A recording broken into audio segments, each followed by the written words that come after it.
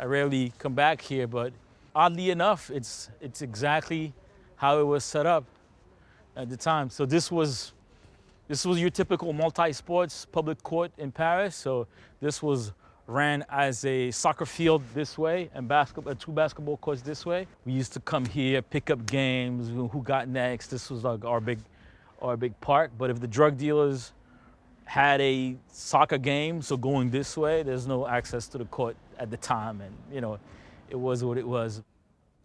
You go to the soccer field, it's mostly about playing soccer, making friends that are about soccer, around soccer. You go to basketball court, it's also about what you're rocking.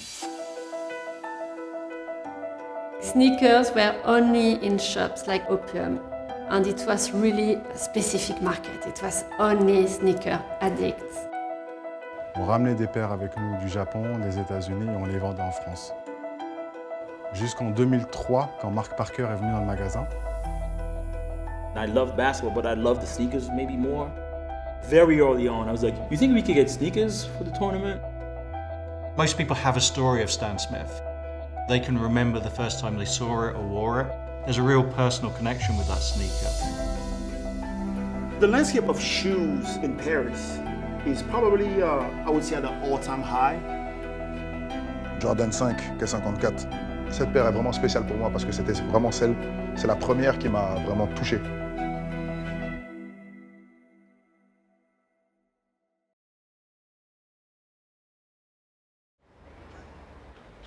This is a definitely different vibe than the 18th district, you know?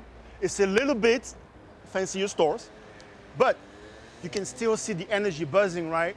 Everybody is outside, look at the clothes, look at the vibe. Architecture is amazing. I think that's what makes Paris, Paris, you know what I mean? People are probably looking at me right now like, yo, who is this guy? Like, what is he doing, you know?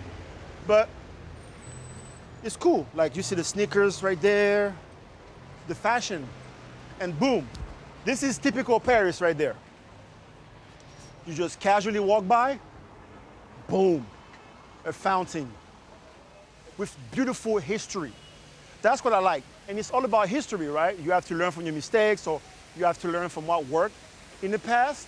And I think that's why I love Paris. La ville de Paris, c'est vraiment une ville très intéressée en fait à tout ce qui est mode, tout le monde le sait très bien. Ce qui se passe, c'est que dans les années entre 88 et 90, les gens ont vraiment commencé à s'intéresser à tout ce qui est sneakers. Parce que, bon, par exemple, on sait qu'à New York City, les gens partent travailler le matin avec des baskets, arrivent au travail, changent de chaussures et repartent le soir avec leur paire de sneakers dans les pieds. Donc petit à petit, c'est quelque chose qui s'est développé en France. I've always seen Paris as one of the cities that's kind of shaping fashion. You know, I've been coming here since '99, and I've always seen that fashion looks to the city for its inspiration. This kind of tension between what goes on in the street and what goes on in the fashion weeks, I've always found that really exciting. Back then there was the fashion world and there was, I guess sneaker culture, but they were completely separate. Where you would go in the city was different. Sneakers, I guess, were more around like the traditional sneaker stores.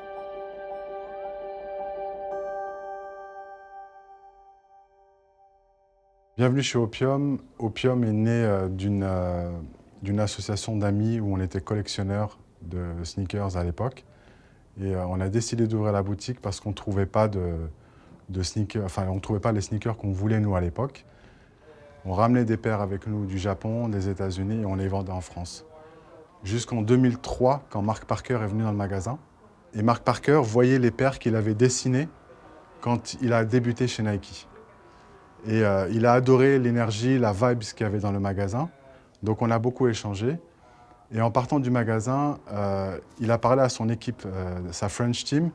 Il leur a dit « Ouais, c'est très bien, c'est cool de travailler avec des jeunes comme ça. Il y a beaucoup d'énergie dans le magasin et c'est cool, quoi. » Et l'équipe leur a dit « En fait, non, on ne travaille pas avec eux. » Il leur a dit « You have to work with these guys. » Obligé de travailler avec eux. Donc en 2003, on a ouvert le compte grâce à Mark Parker.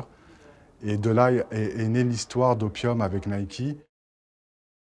Et après, en 2017, il y a Tinker Hatfield qui est venu au magasin et il nous a fait ce petit dessin parce qu'il aime beaucoup la vibes quand il vient chez Opium. Tinker Hatfield, c'est un très grand designer chez Nike qui a dessiné beaucoup de modèles, notamment le plus emblématique, c'est l'Air Max One. Et tout le monde connaît Tinker Hatfield par rapport à l'inspiration qu'il a eue par rapport à Beaubourg quand il est venu à Paris. Il a regardé Beaubourg, il s'est inspiré, il s'est dit tout ce qui était caché et apparent sur Beaubourg, pourquoi on ne le mettrait pas nous-mêmes, on ne ferait pas apparaître la bulle d'air. Et c'est pour ça que l'histoire de Air Max a commencé grâce à Pompidou.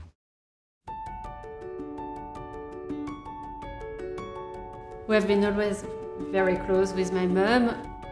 She always took me shopping and taking me to museums and galleries, and I think she always knew what's going to be the hot thing. Colette, it was a small family business, and yes, that's my mum's name, but originally we were hoping to stay really in the back and nobody to knew about us because it was about the designers. We could bring things we have seen in New York, in London, in Tokyo, we couldn't find in Paris. And it was a mix of products from streetwear to fashion to always looking for the next thing. This neighborhood also it was in the middle of nowhere when we opened. It was not yet, it was a high luxury brands were up to Faubourg Saint-Honoré, and the sneakers sport world were back in Léal, so we were already, from a geographic point of view, in the middle of these two worlds. It was mostly in the relationship with brands, because first, when we contacted them, they were, oh, what kind of shop is it? Which category we put you on? We had to speak to the people who would sell sneakers to shops. When they would say, I want a shoe exclusive for Colette, they really didn't understand our selection. And with time, they started to open a department specialized with us and some shoes dedicated to market with us. And it really took 10 years, I would say. So it took time for me before to say, okay, Colette is an identity strong enough to not have a third party in the collaboration. When Adidas relaunched the Stan Smith, they did a few limited edition, and it's true, it's amazing to have my face instead of Mr. Stan Smith. It's a great souvenir. When I decided to do a collaboration with a brand, I would keep the science, the value, the history of the brand. I would always be careful to respect the original, the classic shoe, and bring some little cute little twist specific for us. This was a big surprise because people linked me a lot with shoes that Colette released with many brands, and I was lucky enough to be chosen by Sarah to do shoes with her. So we did shoes for New Balance, we did shoes for Asics, we did shoes for many brands, but we never had the chance to work with Jordan. And she surprised everyone. I was not at all in the loop. And one day she said, I have a surprise for you. The store gonna close soon, unfortunately, but we have this for people who's part of the history of Colette and friends and family. And they work on a special, of course, signature blue and white colorway, Jordan 1, because that's their favorite shoe. The shoe say bonjour on that side in 1997 when the store opened, and the second pair say au revoir, goodbye in French, and say 2017, and you have the Colette logo on the back. I don't exactly know how many pairs they made, but knowing Sarah, it's not a lot, and I feel like for Paris, it's an important pair to keep. So this one I will keep forever. For sure, there is a real woman community who wants to be part of it, who doesn't feel part of it. And me, I feel part of it, so try to give them the support to be part of it without question. I think there is also from the brands a real interest to open to the women market. It's still not yet obvious to think you will find the same products for women and for men. It's still not, well, everybody is working on it, and I'm optimist, but it's still a work in progress, I think.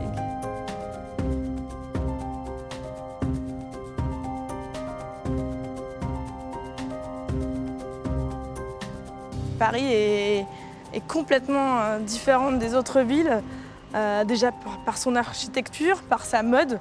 Les gens sont complètement différents, l'esprit parisien est complètement différent. Paris est joli et je pense que les gens aiment venir ici parce que c'est une bulle d'air, c'est comme une armax en fait. Ce qui est bien dans Paris, c'est que dès que vous vous baladez, vous allez rencontrer des styles totalement différents. Et ce qui est bien, c'est que il faut s'amuser à regarder les paires aux pieds pour comprendre quel type de paire marche en ce moment. Il y aura beaucoup d'Air Force One, puisque c'est la paire que les gens aiment porter de plus en plus. Et puis, Paris, ça bouge tout le temps, c'est différent. Et en fait, ça rejoint beaucoup l'univers de la sneakers, puisque c'est en perpétuel mouvement. Et c'est ce que j'aime dans Paris, puisque c'est jamais pareil. À aimer les baskets en 94. J'avais absolument craqué sur une paire de Fila-Grant Hill et je voulais cette paire. J'ai tout fait pour l'avoir avec mes parents et puis depuis ça a été une succession. J'ai porté beaucoup de baskets et je ne porte que ça. J'ai ouvert un blog qui s'appelle Ugly Mely il y a plus de 10 ans maintenant et je voulais absolument parler de ma passion pour les baskets. Ça m'a permis d'être un peu connue dans ce milieu-là, de faire pas mal d'expos, de sortir un livre qui s'appelle Sneakers. Oui, il y a une énorme évolution et par mon blog, j'ai essayé de montrer qu'on pouvait être hyper féminine tout en portant des baskets. Ça permet d'avoir un propre style et c'est beaucoup moins cher qu'un sac de luxe. Donc je pense que les gens avaient besoin d'exprimer leur personnalité. Et je pense que la basket, aujourd'hui, c'est un élément de la personnalité de quelqu'un qui la porte. C'est la paire de Jordan 1 Vashti. C'est la première fille à avoir fait une collaboration avec une marque, notamment Jordan. Donc pour moi, c'est un vrai symbole. Ça a été hyper important je pense, pour le monde de la basket qu'une fille fasse une collaboration. Pour moi, je pense qu'elle a ouvert des portes. Donc pour moi, le côté féminin qui est pas trop extravagant, puisqu'il y a vraiment des légers détails qui montrent que c'est fait par une fille, c'est le meilleur combo pour une paire de baskets pour moi. J'étais donc à New York, c'était mon premier voyage.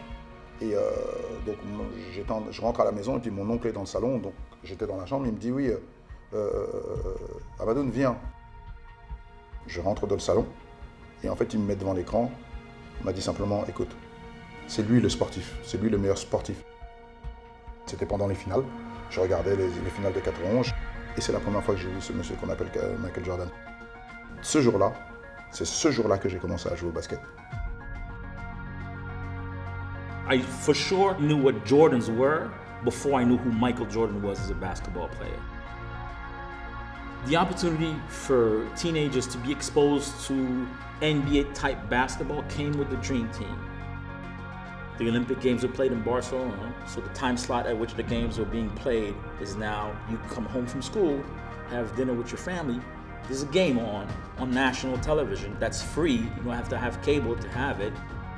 A lot of people had never heard of Michael Jordan, Charles Barkley, Magic Johnson. We saw this difference of how they played the game of basketball.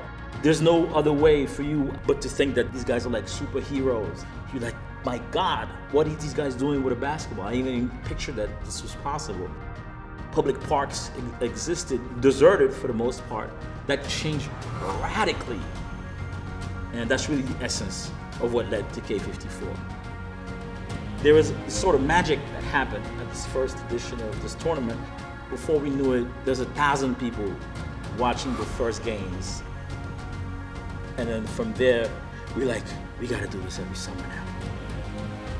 Fast forward 15 years later, it's now the biggest street basketball tournament in the world. When we started to get Nike as a sponsor and then Jordan as a sponsor, very early on, I was like, you think we could get sneakers for the tournament, you know, that are like specific to the tournament, maybe? Ben, le vrai moment en réalité que je me suis rendu compte que c'était quelque chose de gros, c'est quand ce même oncle, je l'ai appelé, je lui ai dit, tonton, regarde, tu te rappelles le monsieur que tu m'as fait voir en 91, tu m'as dit viens dans le salon, parce qu'il s'en souvient à ce moment-là. Et bien regarde aujourd'hui, je travaille avec lui. Et j'ai une paire qui porte, j'ai une paire de chaussures qui s'appelle Quai 54, qui est mon événement avec Michael Jordan. Là, à ce moment-là, tu te rends compte qu'il y a vraiment quelque chose qui s'est passé par rapport à ses réactions. Jordan 5, Quai 54, pour nous c'est un classique parce que bon, même en termes de cuir, la matière, ce qu'on a ici c'était vraiment spécial à l'époque. Et puis bon, ça faisait longtemps qu'on ne voyait pas Michael Jordan faire des collaborations comme ça. Pour nous, ben, c'était un grand moment. Hein. Cette Jordan pour nous, en fait, elle était extrêmement belle. Cette paire est vraiment spéciale pour moi parce que c'était vraiment c'est la première qui m'a vraiment touché. C'est-à-dire qu'on a fait une Jordan 5 qui a étonné même le monde entier. À l'époque, la Jordan 1 n'est pas revenue à la mode comme elle l'est aujourd'hui. Et à l'époque, quand on a sorti cette Jordan 5, ben pour nous, c'était un moment très spécial, vraiment, très très fort. Franchement, cette paire, je suis très content de l'avoir parce que vraiment, elle représente Paris. Et voilà, c'est écrit à l'intérieur. C'est une paire très limitée. Et puis bon, en tout cas, voilà, ça reste dans ma collection. Ça va rester une de mes favorites maintenant parce que comme je disais, voilà, à l'époque, il y avait la Jordan 5 et 54. Maintenant, il y a celle-ci. Franchement, on ne peut pas avoir mieux fait, je pense. I think the DNA of Paris is multicultural. Is people from different ethnicities just really just enjoying a nice casual walk in Paris or a better lifestyle. There is an energy about art, culture. Look, that is not staged. Look at the back of his sweater.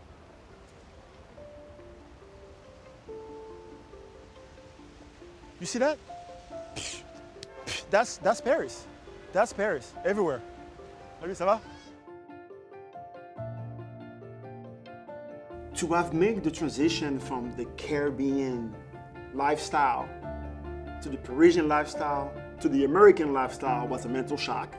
To be able to get from no sneakers to all of those sneakers, I was like, this is kind of cool, right? But then wait a minute, there is another layer of it.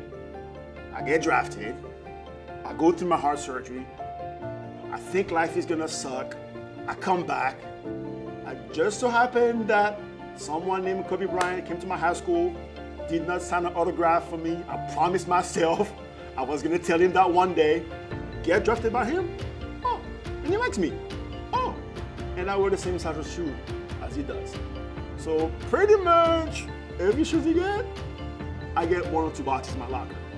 That was crazy to me. As a French West Indian Caribbean kid, I would have never been able to imagine to do what I did. Coming from a place of like, oh my God, like this is almost not reality. I got lucky and I worked my ass off for some things, right? And now that I stepped away from the game a little bit and I had time to reflect on my career and all that stuff, it's pretty cool to be able to see the baton being passed from back then to the next kid and the next kid. I think it's a neat opportunity. So here we're looking at the Chanel Human Race, and this shoe's really special to me because, you know, I love the Chanel version, but the shoe in general, because this is the first shoe that I did with Pharrell. He actually came to Germany, and it was on a public holiday, and we had to stay in a hotel in the center of Nuremberg. And I bought a box and opened the lid, and he saw the first prototypes of this shoe.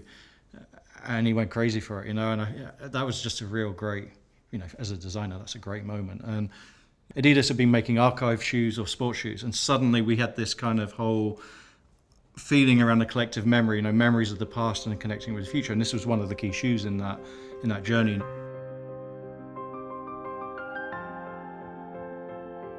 I think we're in a really interesting time because, you know, if I think all the way back, that's when these worlds first came together. You know, it was massive news when we did the first Y3 collection. You know, sneakers on a catwalk was unheard of back then. It's almost like a changing, I guess, of the norms of fashion in many ways. And I think we're almost at that tipping point of where's it going to go next. I would remember the first time Chanel did sneakers, the first time Dior did sneakers. Now there is not one fashion brand not doing sneakers, and that's very new. Back in the days, they would not tell it was only high heel. It meant a lot when these fashion brands started to do sneakers. La fashion qui a fait qu'aujourd'hui, ça a de plus en plus démocratisé le port de la basket. C'est là où en fait tout prend son sens. C'est là où la basket a son excellence. Donc je pense que c'est ce qui fait à Paris que la basket a une vraie culture.